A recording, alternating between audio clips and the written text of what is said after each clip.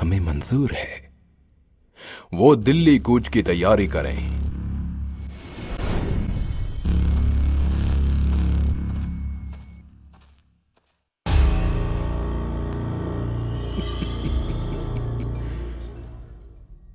चाहे कोई कितना ही बलवान क्यों ना हो, फूट इंसान को कमजोर बना देती है। इनकी आपसी फूट का मैं पूरा फायदा उठाऊंगा। पृथ्वीराज को पराजित कर दिल्ली की सारी दौलत मेरी हो जाएगी, मेरी। अब गजनी सोने की चिड़िया कहलाएगा।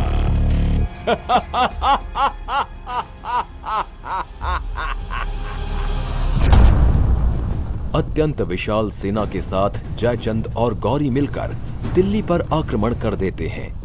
उनकी विशाल सेना ऐसे लग रही थी मानो वो दिल्ली को निगल जाएगी।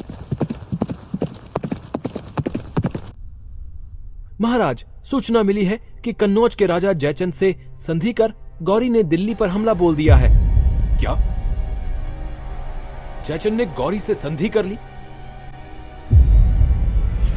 हम बाहर के दुश्मन को तो एक बार माफ कर सकते हैं, लेकिन देशद्रोही को नहीं। सैनिकों, युद्ध के लिए तैयार हो जाओ।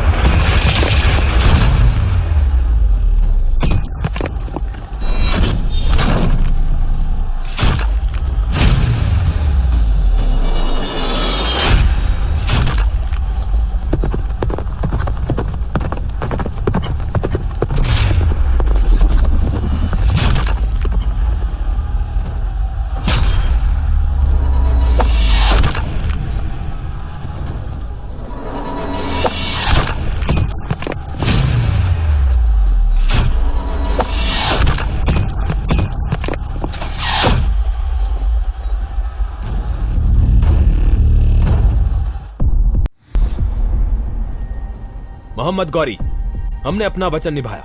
अब तुम भी हमें दिल्ली का शासक बनाकर अपना वचन पूरा करो। जयचंद, तुम्हारी सहायता के बिना तो पृथ्वीराज चौहान को हराना संभव ही नहीं था। तुम्हें तो जरूर इनाम दिया जाएगा। सैनिकों, इस गद्दार जयचंद को बंदी बना लो।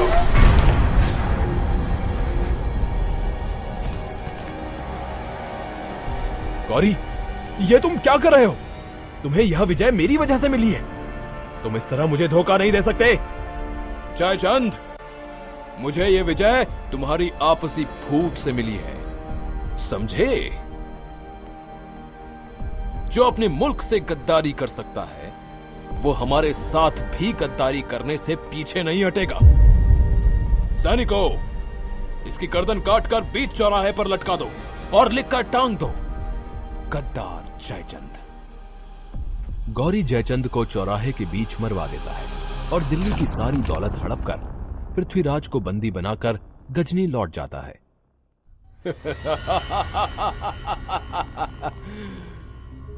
दिल्ली का सम्राट पृथ्वीराज चौहान आज हमारे सामने जंजीरों में जकड़ा बंदी बनकर खड़ा है।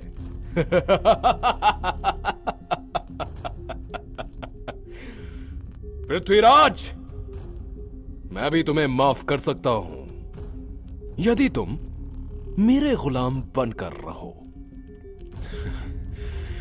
मैं पृथ्वीराज चौहान हूं। गुलाम बनकर रहने से तो अच्छा है कि मैं मृत्यु को प्राप्त हो जाऊं।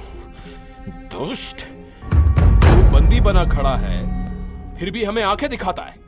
अपनी ये घूरती निगाहों को नीचे कर।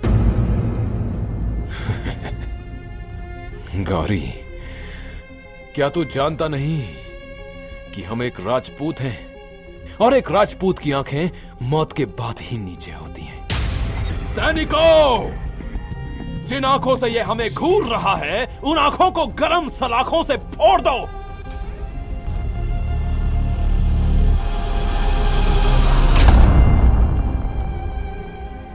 हम इसे इतनी आसानी से मृत्यु दंड नहीं देंगे। इसे बंदी गृह में डाल दो। इधर दिल्ली में पृथ्वीराज के राजकवि चंद बरदाई अपने सम्राट की दुख भरी खबर सुनकर चिंतित होते हैं। मैं अपने मित्र को मरने नहीं दूंगा। मैं उनकी जीवन रक्षा के लिए गजनी जाऊंगा।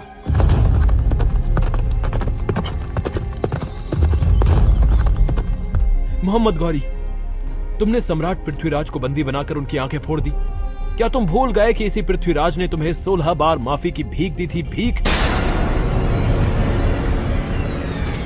सैनिकों, बंदी बनाकर इसे भी इसके मित्र के साथ बंदी गृह में डाल दो।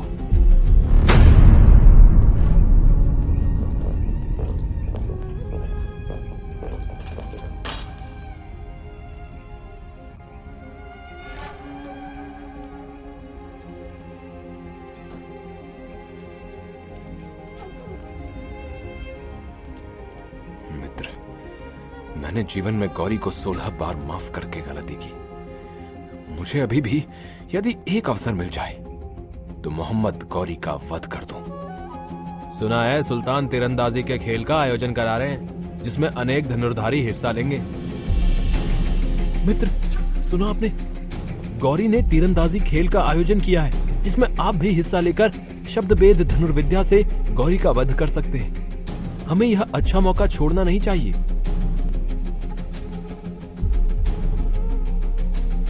चंद्र बरदाई, क्या तुम भूल गए हो कि हमारी आंखें फोड़ दी गई हैं?